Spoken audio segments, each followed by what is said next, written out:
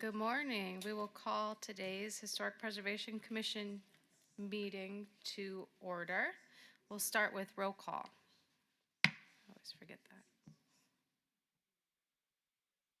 Chair Laramie, Here. Vice Chair Levine, Here. Commissioner Stodel, Present. Commissioner Hodgkiss, excused, Commissioner Serfas, Commissioner Cosgrove, excused, Commissioner Palacios, Commissioner Moody, excused, Commissioner Perdue, Here. Commissioner Grimmer, Here. Commissioner Harper. Here. Thank you. We do have a quorum of 6. Okay. Item number 2 is our announcement regarding compliance with open meeting law. Are we in compliance? Yes, we are in compliance. Great. Item number 3 is public comment. Comment during this portion of the agenda must be limited to matters on the agenda for action. If you wish to be heard, please come forward and give your name for the record. The amount of discussion, as well as the amount of time any single speaker is allowed, may be limited. Do we have any members of the public wishing to come forward at this time? Seeing none, we will move on to item 4. For possible action to approve the final minutes by reference of the regular meeting of January 28th, 2026. Do we have any comments on our last month's meeting minutes? Seeing no comments, I would look for a motion to approve. I'll second. All right, great. We have a motion to approve. All those in favor, please say aye. Aye. Aye. Any opposed? Commissioner Grimmer, is that a yes? Aye. Thank you. Okay, that motion is approved with the chair also voting in favor. Item number 5, 26-0066-HPC1, discussion for possible action regarding approval of the final historical report for Floyd Lamb Park at Tule Springs, located at 9200 Tule Springs Road in Ward 6. Dr. Siebert? Siebert for the record. Unfortunately, the consultant that was prepared to give this report today is homesick, but she is watching and listening on via our website. So we did have the 2 rounds of the drafts for this product. Everybody was given the opportunity to provide their feedback and edits if they so requested, though all of those were completed, and this is the final report. And if there are any questions, happy to answer them. And if I can't answer them, then I'll get with Zoanne later. Great. Do we have any questions or additional comments? I have a question. On the, regarding the recommendations on page 94, there's 2 sets of recommendations. One is to amend the current National Register of Historic Places. That was done, I think, in 1968. It's really outdated, and there's clearly a number of opportunities for improvement. The second recommendation deals with placing the, and I'll pull it up. So I have the specific wording. It's on page 94. There's 2 specific recommendations. The last one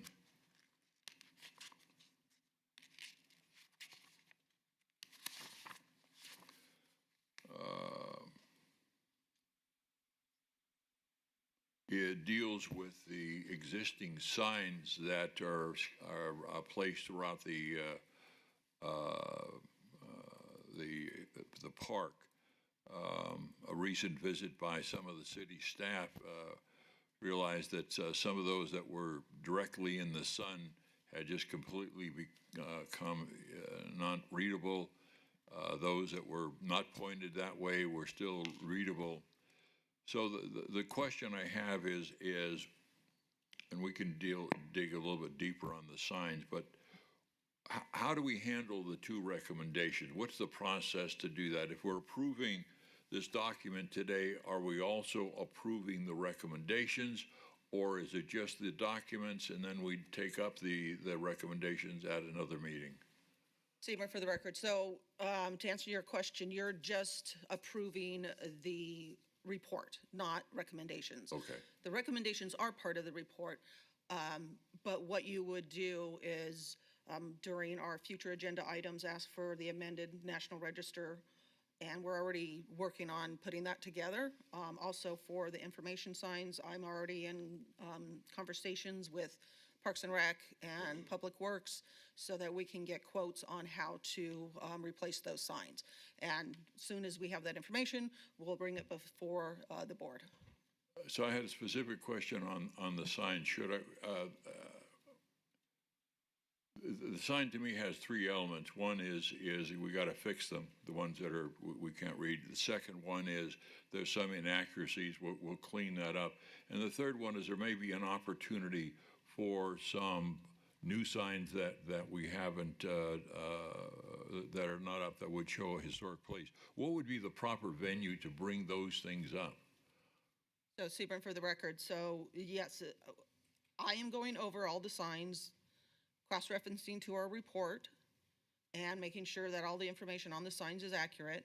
We have the majority of the original photos. And if, when we have we can have a discussion item about the signs before we do an action item, in case that there is the idea to add more signs to what is already existing. Great, thank you. Do we have any other questions or comments from the commission? If not, I would like to make a motion to approve. We have a motion to approve. All those in favor, please say aye. Aye. Aye. Aye. Any opposed? That motion carries with the chair also voting in favor. This is a fantastic report. This is really something that will stand the test of time. So great job by the team that put this together. Thank you. Thank you. That I fully agree. Also, great report. Item number 6 is 26-0067-HPC1, a report by staff from the Community Development Department regarding building codes as they relate to historic buildings and preservation efforts. All right, good afternoon, Madam Chair, Commissioners. For the record, Michael Cunningham, Deputy Community Development Director and Building Official for the City of Las Vegas. So today, the presentation I have for you is going to be going over one of our adopted codes, which is the existing building code. And as the name applies, it addresses all the existing building codes, but there's some very specific requirements in there specific to historic buildings. So we're going to go through a few of those just to give you guys an idea of how the existing building code would address those, and then I'll be able to answer any questions at the end. So to start off, there's a lot of text on these slides, but I didn't want to paraphrase the written text in the code, so I just put it all on there, and you guys can review it at your leisure.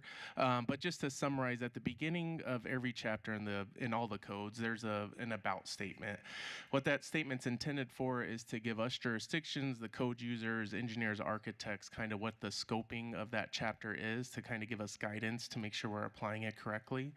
In the existing building code, chapter 12 is the chapter that's focused on historic buildings. And the one thing I wanted to point out that's of importance on this one is in order to use this chapter, the building does have to be on one of the approved registries. So it's either got to be a federal, state, or a local registry that it's listed on. We have had folks try to use this chapter, and it's not an actual historic building, and so we haven't been able to. So it does need to be listed in order to use this chapter. First two sections I kind of want to talk about, section 1202, which is repairs. So traditionally in the building code, the standard response is if you touch it, you bring it up to code.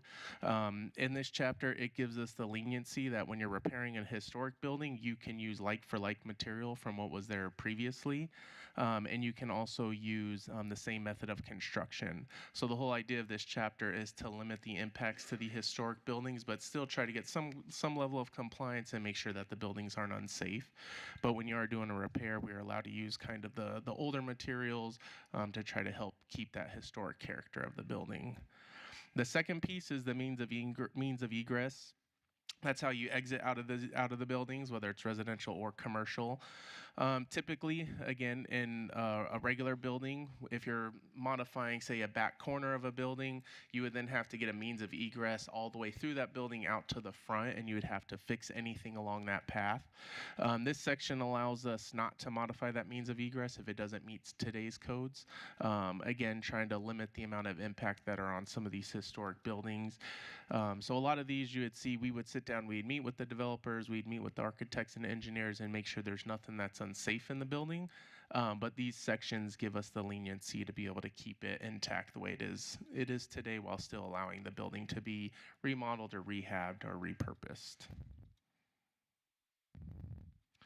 Next two sections I want to talk about was 1 hour fire rated assemblies. Now this one's probably, I don't know if it was a common method of construction in our part of the country back in the day, but 1 hour rated assembly. So a lot of buildings, especially commercial, you get into scenarios where when you start to modify it, you have to put in a 1 hour rated assembly, which just gives some time between two uses to protect it in the case of a fire.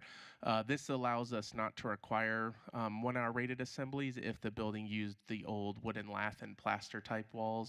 I think it was more common back east, but there might be some buildings here that had it. And if it is a historic building, we'd be able to utilize this section to not have them modify that wall. The other one, kind of an example, Dr. Seabright had given me this picture. I think it's a house out in the Beverly Green area. Natural light. A big thing on remodels and stuff, once you start touching a room, you do have to comply with natural light and natural ventilation requirements in the building code. Again, this section allows us to make the determination that if to get natural light, which most likely is going to be adding openings and windows into walls, would lead to the loss of the historic character of the building, that we do not need to add those additional windows or openings, and that the building would be deemed to comply with the current building code. And so as this example, if you look at that entryway, if they were doing a remodel or something in there, there's a chance that room inside might not meet the natural light requirements, but we don't want them to start poking in a bunch of windows and stuff in that front facade. So we would be able to use this section to tell them that, nope, you don't need to add anything. The natural light that's there today is sufficient. And we just got a couple more. So this one is, we're starting to get into the structural requirements. So structural provisions are one of the things where the code does not tend to give a lot of leniency, because if there's structural issues, usually it's a big life safety issue, but there still are some. So the first one, 1205, which is the general structural provisions. There's two exceptions in there that I wanted to highlight. One of them, the first one, is that we're allowed to use existing floor and live loads that were in place at the time the building was originally built. As you can imagine, loading on structural diaphragms and stuff has changed over the years, and so these older buildings most likely can't comply with today's code.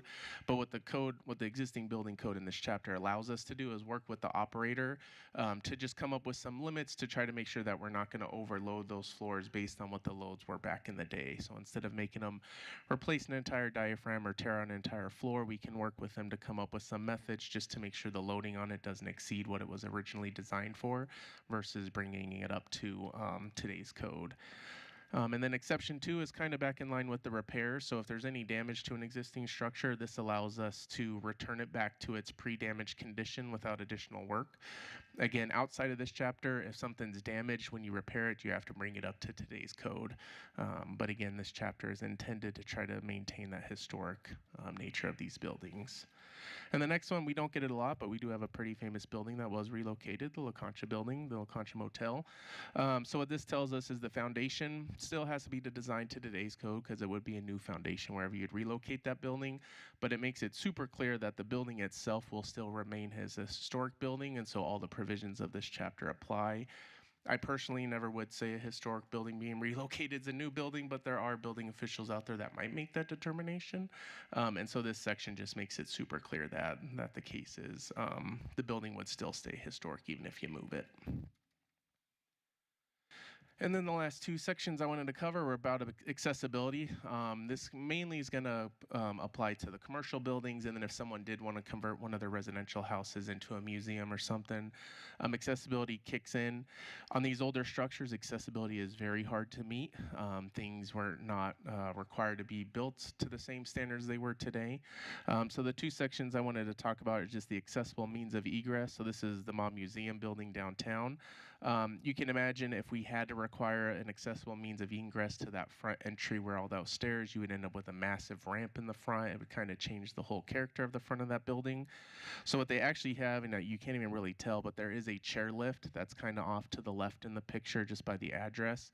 Chairlifts are allowed in the building code, but they're very limited use. So for small stages, things like that, you can use a chairlift.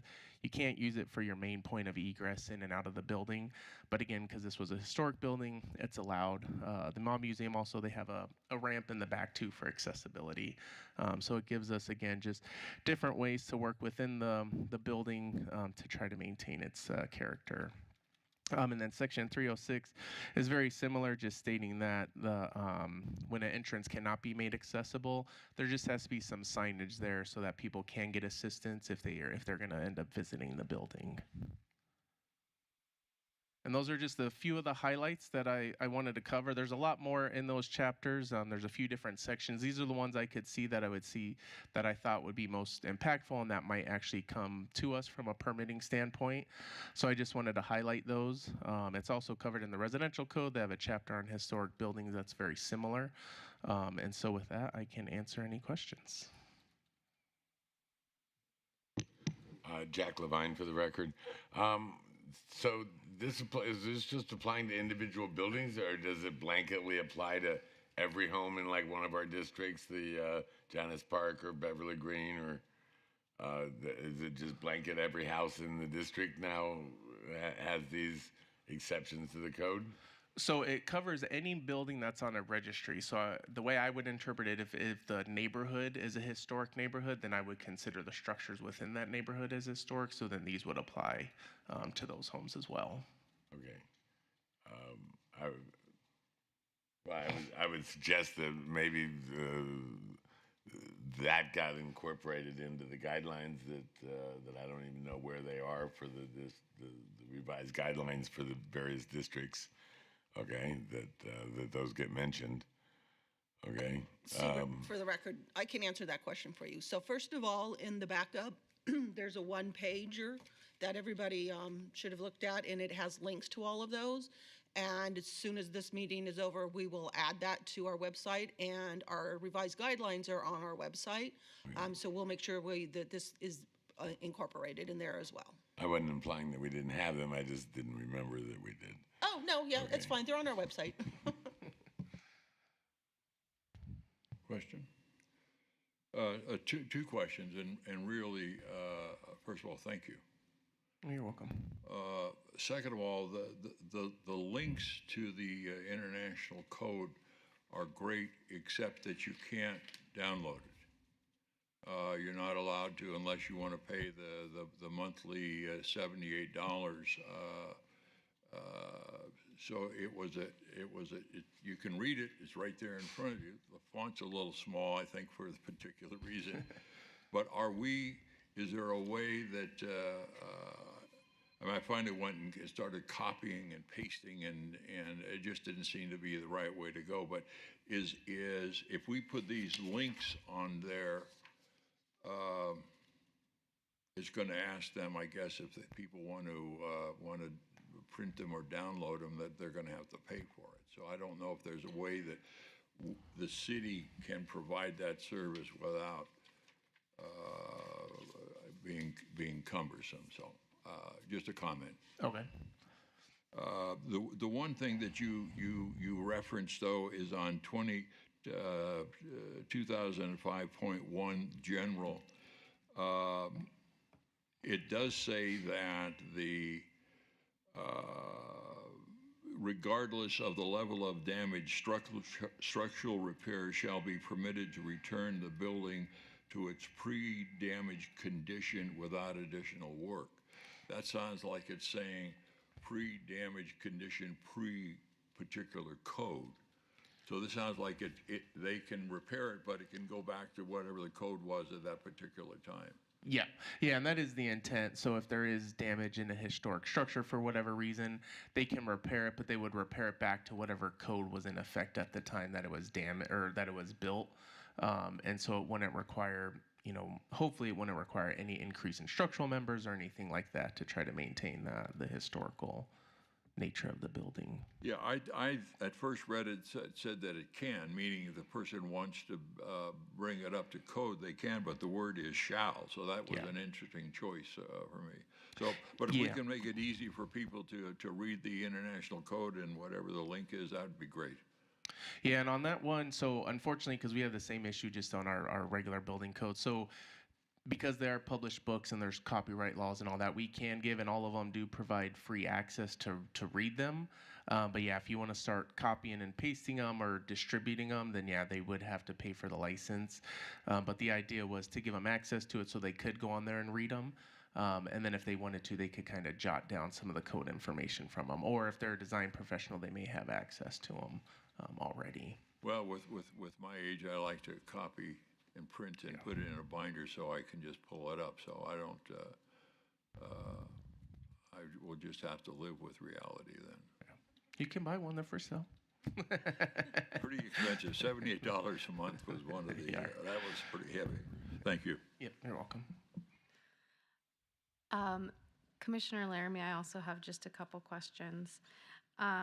So the first one is regarding the one sheet, and I'm not sure if this is a question for you, Mike, or Dr. Seabrandt, but how do we distribute this one sheet? How is it currently being used?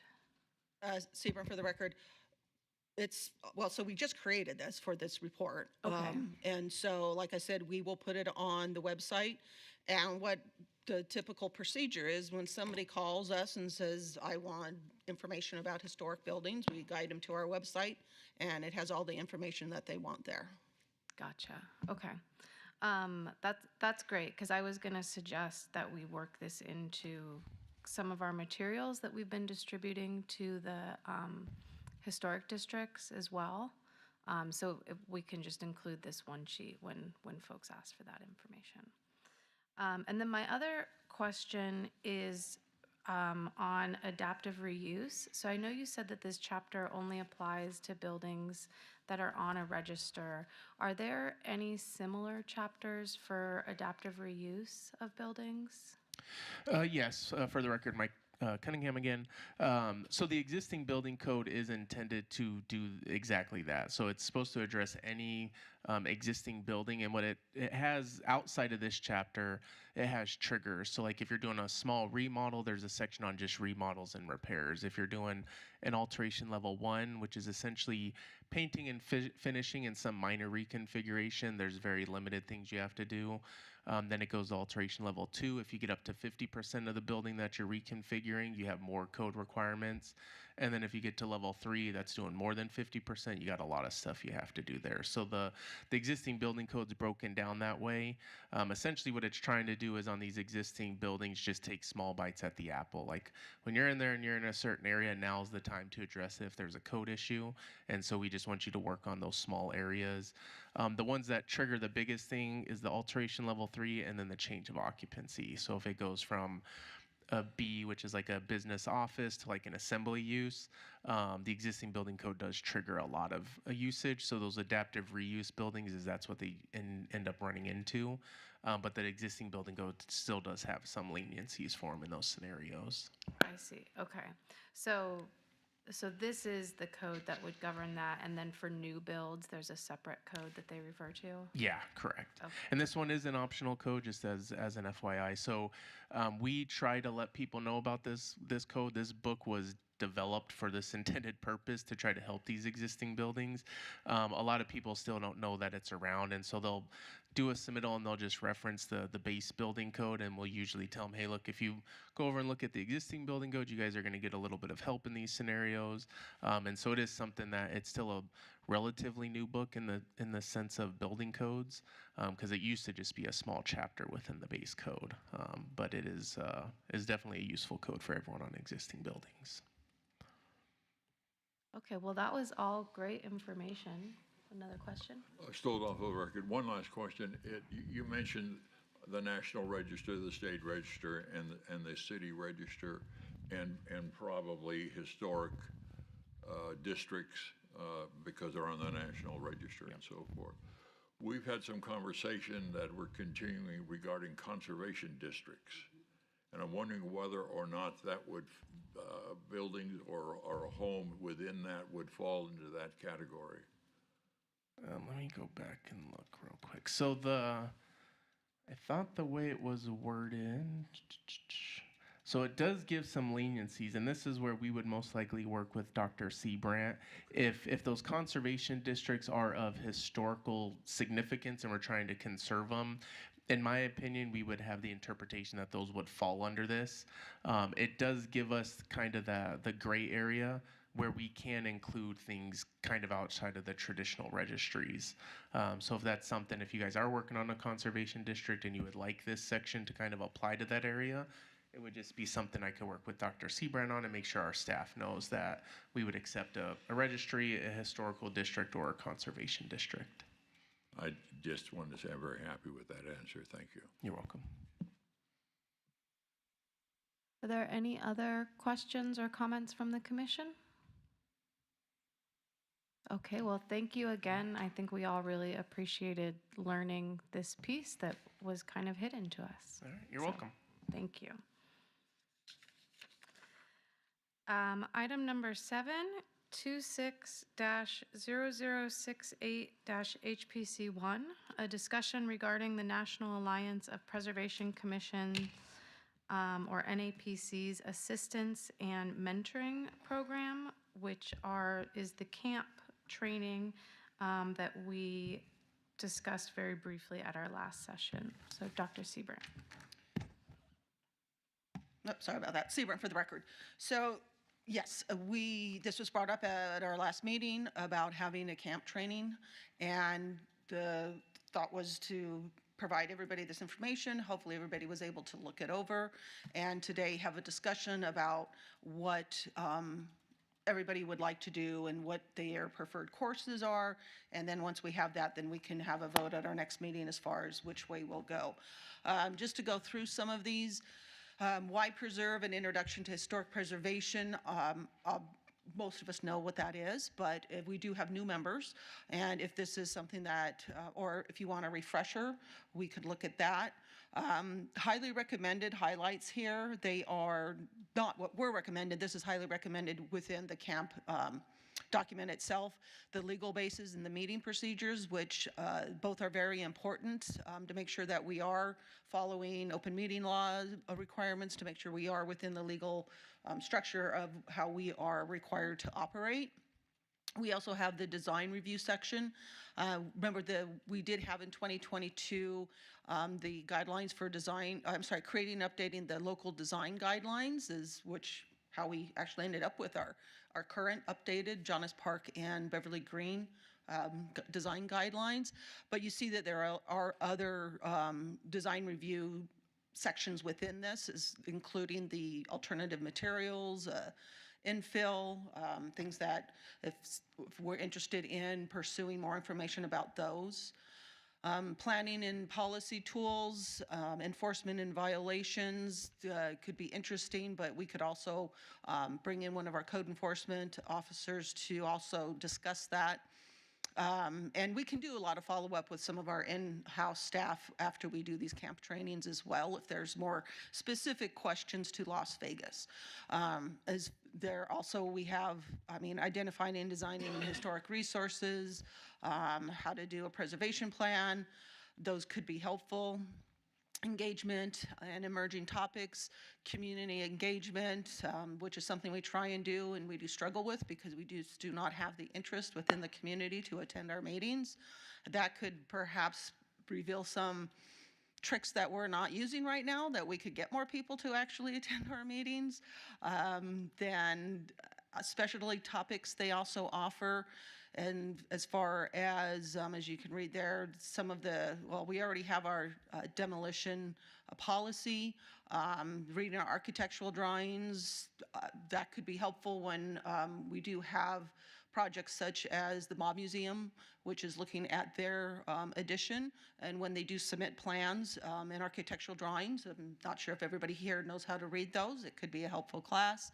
106 review, again, I'm not sure that everybody here is familiar with what that entails. That could also be very helpful. And Chair Laramie's conservation districts is on there.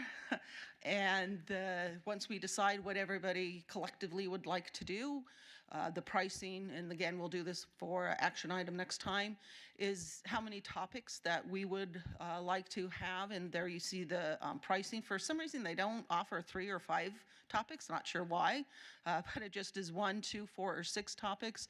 As far as the cost, these are usually up to 30 attendants. Which obviously we would not exceed that. So we might open this up to some of our in-house planners that could benefit from this, and perhaps other outside entities. And so today, I'm just happy to take feedback, to hear what everybody has to say and your suggestions. Great. Do we have any questions or comments from the commission? Hollis Gillespie for the record. I think these are fantastic, and I know from going to the on-site organizations, I really, really learned a lot. And I think the problem is going to be that most of these are going to be beneficial for all of us at some level. And so I don't know quite how to determine it. I certainly look at the ones that are highly recommended, but the one I was really interested in conservation districts, which was one of the specialty topics, and I don't know if we're also trying to decide, do we have budget for 6 topics, and do we have people that are willing to commit to what that means? But the only thing that I did not see among the listings, and maybe it's not an issue particularly, but when I've gone to the different National Association meetings, I go to the courses on building materials and looking for things about sustainability and historic preservation, but they really do have a temperate weather bias. And so if there's a way to find somebody, and that may be an internal person, that can talk about building materials, sustainability, and a hot, arid environment, that might be beneficial for us to have some knowledge of that.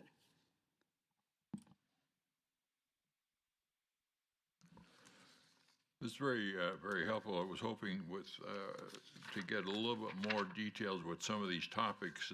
So if I understand correctly, that we could bring somebody in and they would cover 6 topics or 5 topics or whatever number of topics that we selected out of this list. Yes, correct. And so these would be virtual in the prices that we have here. And to answer Hollis's question, yes, we do have the budget for this. We would do the 6 topics, and then they would have 3 trainers that would do probably, it's a whole day training. We'd probably do 2 topics each, and everybody would have the opportunity to actually watch. So we would also need to know people's availability for days and times of when we could do this. But it should also be, when we sign up for this, and correct me if I'm wrong here, that these would be available later? Yeah, so they should be available later. So if you say you have to work and you're not able to join the meeting at noon, you would be provided a link that you could watch it later. I mean, you couldn't ask your questions during that time, but you could at least benefit from watching it. Did you get a sense, one that I couldn't find any more information is under the engagement and emerging topics, resources of the recent past? Yeah, I'm not honestly sure what that is, unless it's talking about obviously structures or buildings that are no longer in existence, of how to address that. I don't know. I don't know the answer to that. And I've went through, they're all real interesting and would be beneficial, I think, but we need to pick. Well, we don't have, so if everybody knows what they want today, just let us know. If not, Teresa will send out what is it called, a questionnaire, and then you can click which ones that everybody wants, and then what we'll do is just by majority rules of whichever class is or course is checked the most, then we would do those courses. And of course, I mean, we will bring this back to the commission to make sure that everybody is able to gain the knowledge they want from these courses. And this isn't really relegated to a one-off. I mean, they offer this all the time. So if we want to actually start a program that says we want to do these camp trainings, and we'll do these and these 3, then we'll do these 6, or however we want to do that, we could also look at that. Are you recommending virtual over in person? Or Yeah, virtual is just easier for everybody, and it's obviously less money, because if we're going to be doing in person, that one, we would have to get everybody, either the trainers here or the trainers to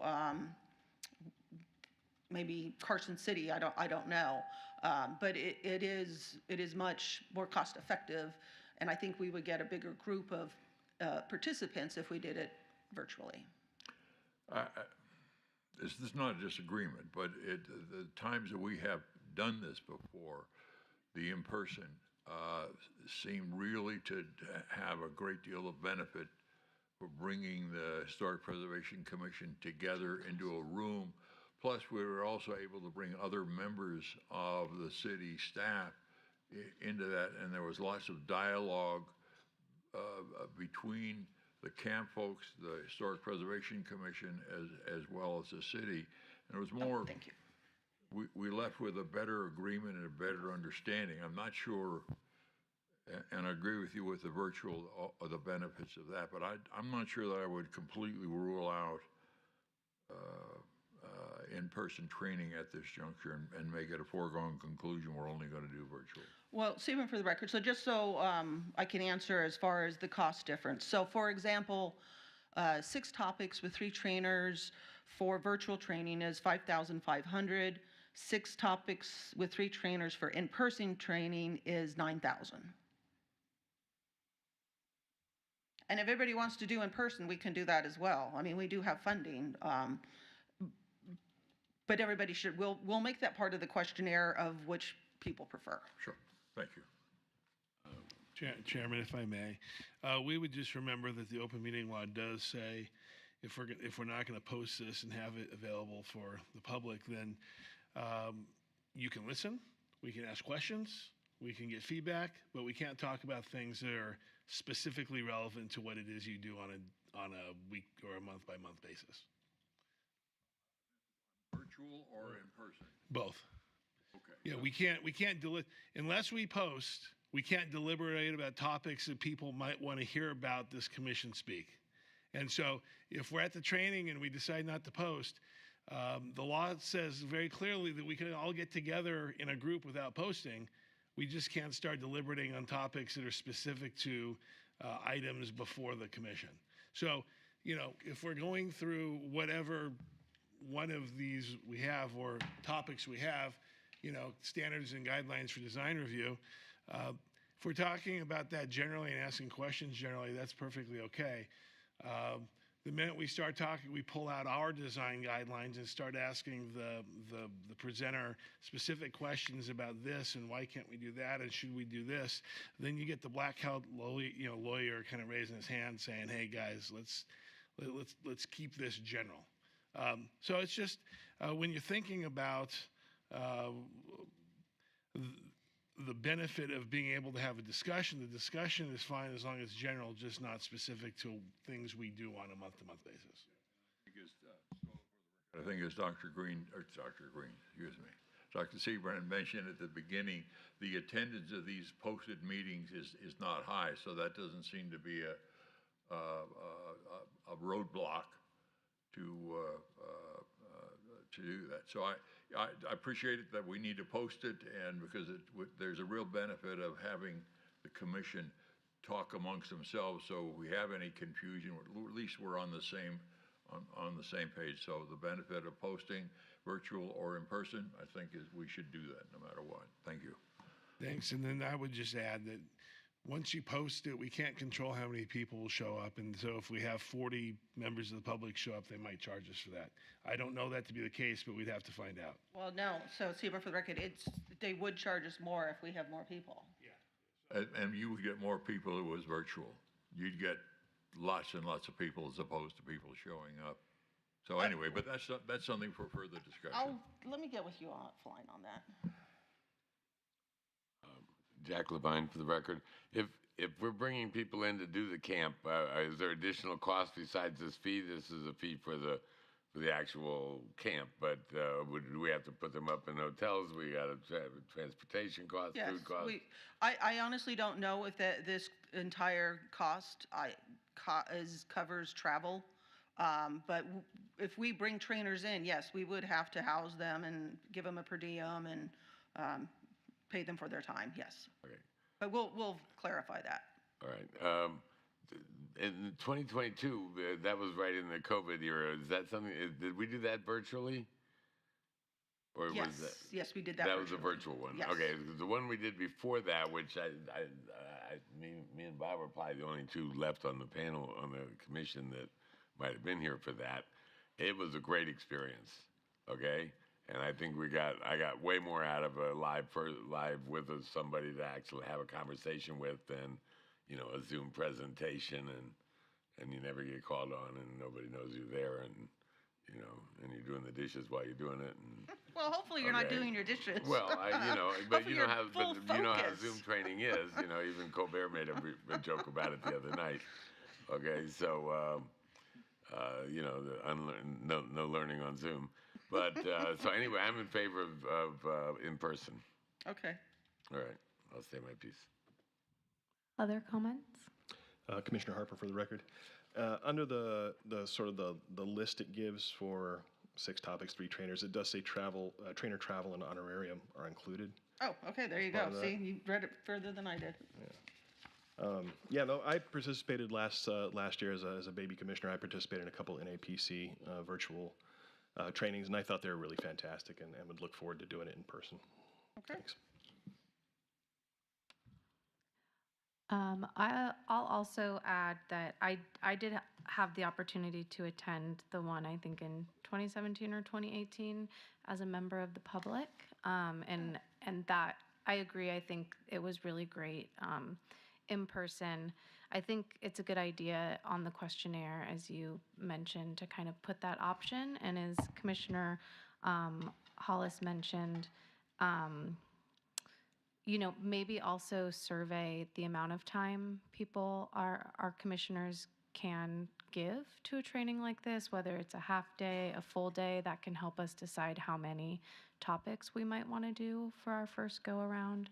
And I also encourage, as somebody who had the opportunity to attend when I was working for a nonprofit, I think opening it up to some of our other partner organizations is a really good idea, because at the end of the day, we can't do it all on the commission. We're going to need help from our community, and we want them to understand these topics too.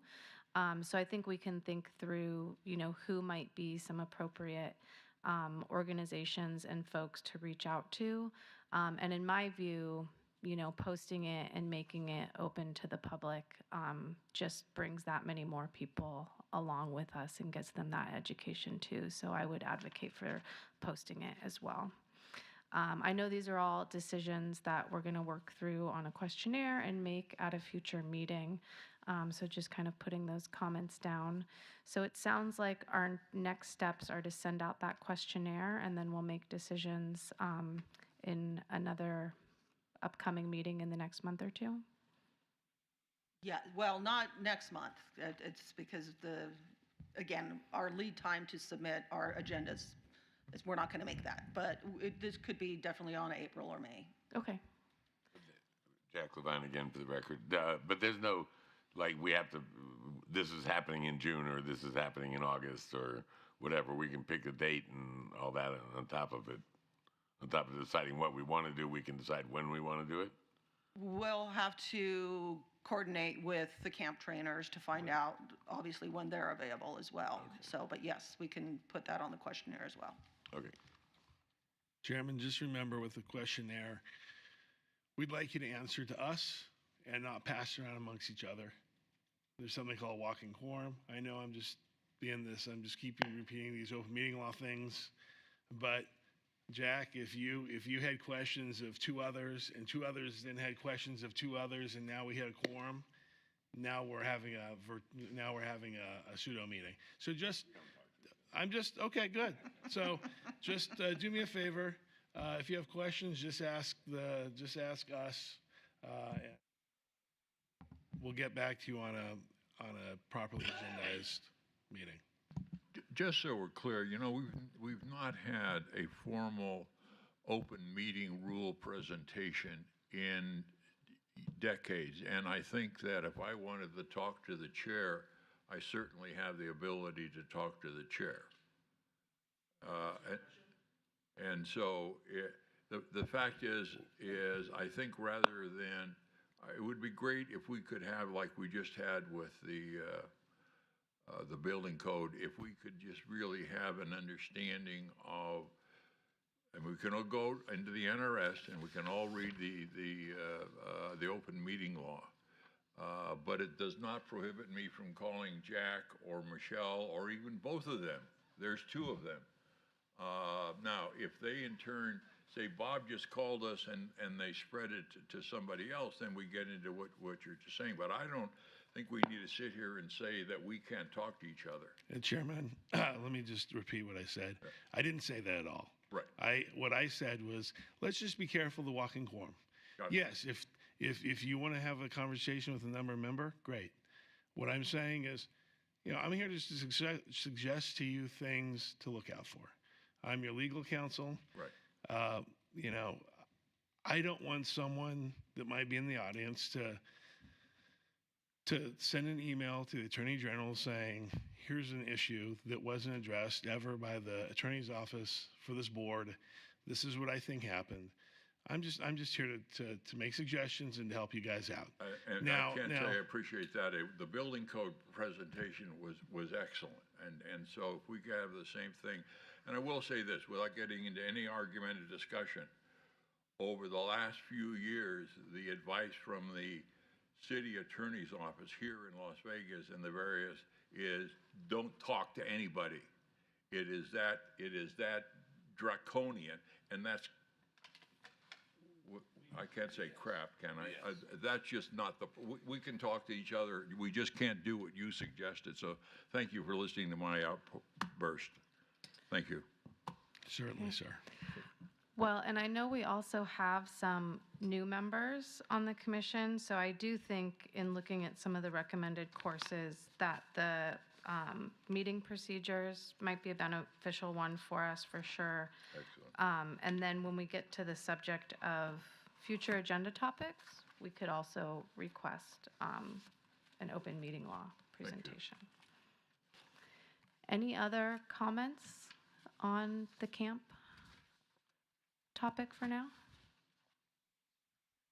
Okay. Well, we will move on to item 8, which is a report by the Community Development Department regarding director's updates. Good afternoon, for the record, Mike Cunningham. So I don't have any specific updates. I did just want to say on the record, I wanted to thank Seth for giving me the opportunity to be a part of this commission. I'm born and raised in Vegas, and without even realizing it, I'm starting to become more intrigued and involved and interested in the history of our city. And so I'm just glad to be a part of it, and I look forward to working with everybody.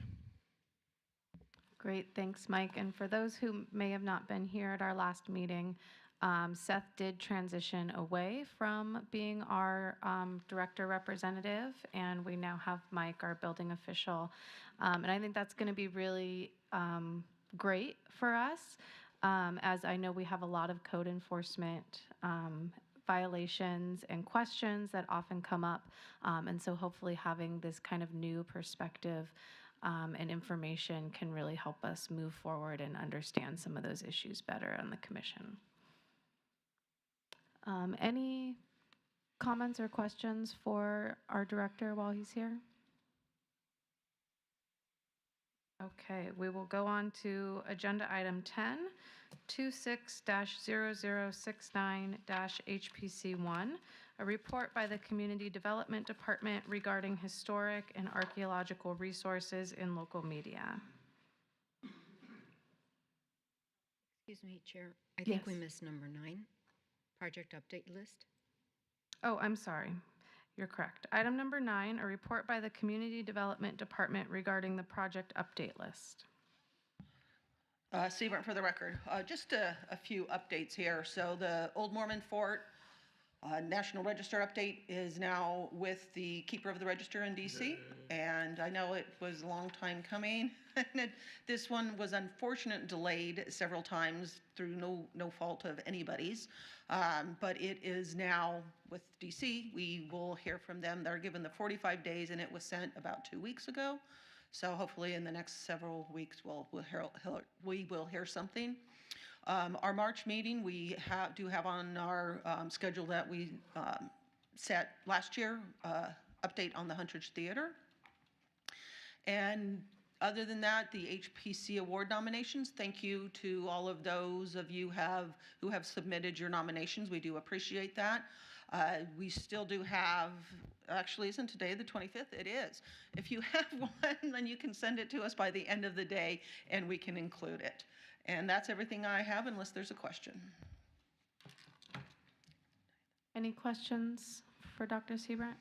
Just one on, if we're having the 100th, I would hope that we could get the, whatever the presentation is as part of the board commission packet, rather than if you've got a PowerPoint, would be nice to be able to read that in advance of so I don't know if that's possible. We asked for it, so hopefully we'll get it. Okay. Great, thank you. Any other questions or comments? Okay, we will now move on to item 10, 26-0069-HPC1, a report by the Community Development Department regarding historic and archaeological resources in local media. So we know we have our curated list that we get from Dr. Seabrandt every month. Are there any comments on any of the news stories we received? Just the record so I'll thank you for doing this. They are very helpful. I think most of us watch a lot of media, but there's always something that is missed, and this list is really very helpful. Thank you. Yes, absolutely. Okay, then item number 11 is discussion regarding topics for future agenda items. Comments made during this portion of the agenda by individual members shall refer solely to proposals for future agenda items, and any discussion shall be limited to whether or not such proposed items are within the purview of the commission and or whether such proposed items shall be placed on a future agenda. No discussion regarding the substance of any such proposed topic shall occur, and no action shall be taken. Do we have any commissioners wishing to suggest future agenda topics? Sure. Two suggestions. One is based on the report from on the Tule Springs Park. There's two recommendations in there. If we could have both of those recommendations on the future agenda, one being an updated, amended version of the National Register of Historic Places for the Tule Springs Park, known today as Floyd Lamb Park. And then secondly, the report on plans, suggestions, ideas to upgrade and improve the existing signs, both the signs themselves and their location, check for facts on the existing signs, and then the third option is, are there some other historic sites or events that need to be recognized with signs? If we could have those on a future agenda. The second request would be, as just mentioned earlier, it would be great, as we had with the building code, if the Historic Preservation Commission could get a presentation on the Nevada revised statute on the open meeting law, and then inviting both the city attorney and a representative, as it is a state law, from the Attorney General's office to make a presentation. That I think would be helpful to get us all on the same page. So, thank you. Do we have any other commissioners wishing to put a topic forward? Okay. We'll move on to item number 12, which is our second period for citizens' participation. Public comment during this portion of the agenda must be limited to matters within the jurisdiction of the commission. No subject may be acted upon by the commission unless that subject is on the agenda and is scheduled for action. If you wish to be heard, please come forward and give your name for the record.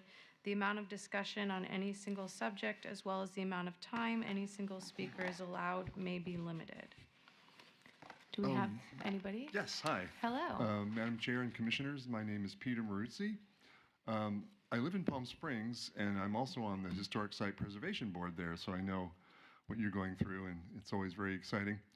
I have been in love with Las Vegas since 1983, the very first time I came here. And as the years have gone by, I've done a lot of collecting, like Mr. Stodall, of postcards and brochures and photographs. And I was motivated for many years to see that the El Cortez Hotel and Casino was on the National Register of Historic Places as such an important landmark in this city, 1941. So I wrote the nomination, and in 2012 it was presented, and it's now listed with a nice plaque. And I have felt, I'm also an architectural historian by profession. Vegas Vic is probably, in addition to the Welcome to Las Vegas sign, the most important neon sign in Clark County and the city of Las Vegas. And it really deserves to be on a register, if not one, probably two, locally and the National Register. I am committed to seeing that done, and I am willing to offer my services at no charge to a property owner or the city to write those nominations, because I feel that strongly about how important that sign is. I know the challenge is property, the owner's permission, and that's often the case. And it's hard to make a strong argument unless you know the property owner, and I don't. So I don't think it would really help much if I called them up and say, hey, you know, I'm Pete Maruzzi. I think it would make more sense if the city, maybe some of you, contacted the property owner and made the case and reemphasize that, you know, I'm willing to do it for free. And also just explain to them that the National Register doesn't prevent them from doing the kinds of things that they would ordinarily want to do with a building. Your local register may have more restrictions. That's one of the reasons why the property owner of El Cortez only wanted it on the National Register. But regardless, it needs that kind of attention. And I think, you know, since 1951, it's been on that building, and it has been the symbol of Las Vegas since that time, in postcards, billboards, advertising, motion pictures, television. It's that important. And the publicity that would come from its designation, I think, would be tremendous. The mayor came to the dedication of the El Cortez and got a lot of publicity for that. And it's just important for the city. I mean, it's so great. So you've heard my pitch. If someone could take on that role, excuse me, of contacting them, I guess it's called Schiff Enterprises, that would be great. And I'm ready anytime someone says that the property owner is willing. Thank you. Great, thank you. I know that we're not supposed to respond. Can we direct to put that on a future agenda at this time? Certainly. I mean, that's 11, but I think the Historic Preservation Officer has heard your desire to have that as an agenda item. I'm sure it'll happen. Okay. Or I can reopen 11, right? Not necessary? You certainly could reopen 11, but I think she's heard your comment, and I think you're probably okay. Okay. If you'd like to be very official, you may. May I make a comment on Vegas Vic? Is that appropriate? It's really not. Citizens' participation is really to hear from the public, Okay. and not to respond. I know in the past, in a lot of commissions and boards and things, it's been kind of loose, but in the last couple of years, we've been seeing at the Planning Commission level, City Council level, a desire that we hear from people and we don't respond. And so because it happens at the highest level, we kind of let that trickle down to all of the rest of the boards and commissions. Understood. Well, knowing that item 11 is not for additional comment either. We'll leave it at that and wait for our future agenda item to discuss as a commission. Do we have any other members of the public wishing to come forward? Seeing none, this meeting is adjourned. Thank you. Just so you know, we've tried to contact the owners of Vegas Vic